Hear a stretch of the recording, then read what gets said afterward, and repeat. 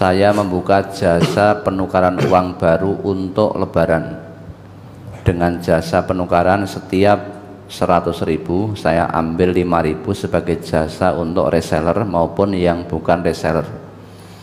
Kemudian reseller saya itu menjasakan kembali uang itu dengan jasa tukar setiap 100.000 ambil jasa 10.000. Kemudian reseller itu menresellerkan uang tadi dengan jasa tukar yang berbeda lagi. Apakah itu diperbolehkan? Boleh dan tidaknya itu kita harus melihat ketentuan dari agama. Nah, ini jasa atau jual beli, beda tipis ini. Maka boleh tidaknya kita lihat dulu. Nabi kita telah menegaskan satu prinsip terkait bagaimana kita bermuamalah terhadap benda-benda ribawi ini. Dalam sebuah sabdanya beliau secara tegas ngendika, adz-dzahabu bidz-dzahab wal fiddatu bil fiddah wal burru bil burri wasyairu bisya'iri wat tamru bit tamri wal milhu bil milhi mislan bi mislin yadan biyadin. Jadi terkait dengan benda-benda ribawi ini yang disebutkan oleh Nabi itu, maka ada dua syarat yang harus dipenuhi. Kalau emas dengan emas, maka syaratnya harus mislan bimislin, sepadan. Tidak boleh lebih, tidak boleh kurang. Yadan biyadin, kontan, tunai. Az-zahab, begitu pula dengan perak. Kalau perak dengan perak, dua syarat tadi juga berlaku, yaitu mislan bimislin, yadan biyadin, itu juga berlaku. Nah, emas perak ini kemudian dikiaskan ke seluruh jenis mata uang termasuk rupiah. Maka rupiah ini juga termasuk benda-benda ribawi. Kalau rupiah tukar dengan rupiah, maka harus sepadan. Harus sepadan, mislan bimislin. Jadi kalau saudara, misalkan ada orang yang menukar 1 juta karena ini mau lebaran dengan 1 juta yang baru, uang baru. Kalau yang menukar tadi kemudian menerimanya hanya 995.000 rupiah, nah, itu berarti riba.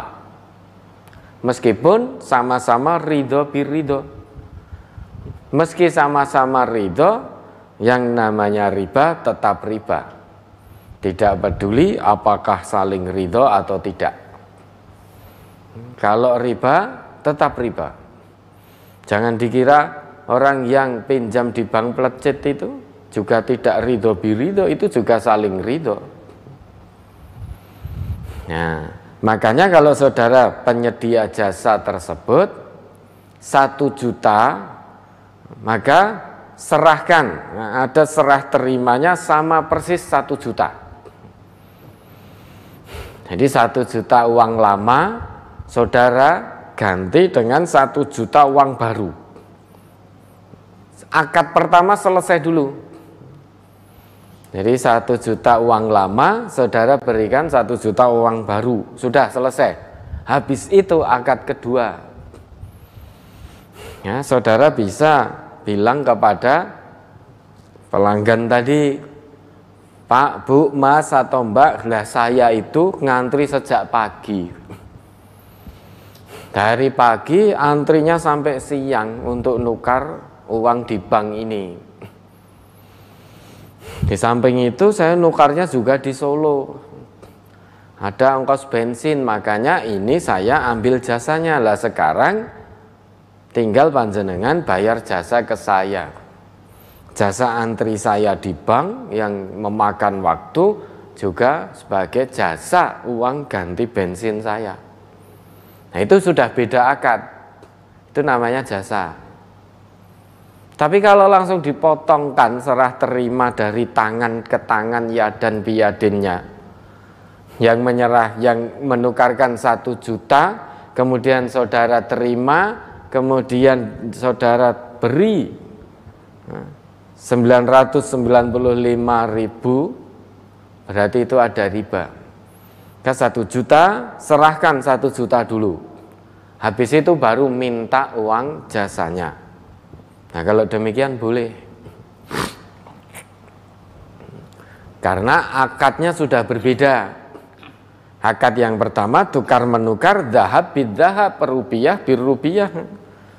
Rupiah dengan rupiah harus mislan bimislin, yadan biyadin, sepadan dan dari tangan ke tangan.